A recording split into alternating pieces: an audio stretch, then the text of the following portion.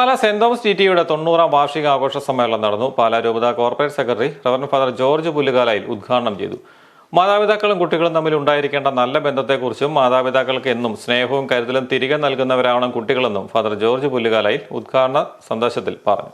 വാർഷികാഘോഷങ്ങളിൽ പങ്കെടുക്കുമ്പോൾ, അതും പ്രത്യേകിച്ച് പ്രൈമറി ക്ലാസ്സുകളിലെ കുട്ടികളെ വാർഷികാഘോഷങ്ങളിൽ പങ്കെടുക്കുമ്പോൾ ഒച്ചപ്പാടും ബഹളവും ഓട്ടവും ഒക്കെ പതിവാണ്.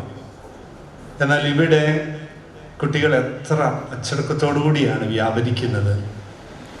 അധ്യാപകർ കുട്ടികൾക്ക് വേണ്ടത്ര ശ്രദ്ധയും പരിശീലനവും അച്ചടക്കവും നൽകുന്നത് കൊണ്ടാണ് ഈ കുഞ്ഞുങ്ങൾ ഇത്ര നന്നായി ഈ സദസ്സിൽ പെരുമാറുന്നത് എന്ന് ഞാൻ മനസ്സിലാക്കുകയാണ്.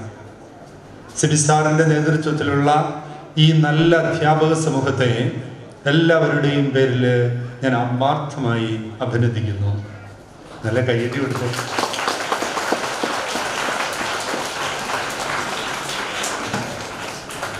ഇവിടെ വായിച്ചു കേട്ട റിപ്പോർട്ടിൽ നിന്നും ഈ സ്കൂളിൽ എത്ര വലിയ വിവിധങ്ങളായ പരിപാടികളാണ് ഒരു വർഷത്തിൽ നടക്കുന്നത് എന്ന് മനസ്സിലാക്കാൻ കഴിഞ്ഞു.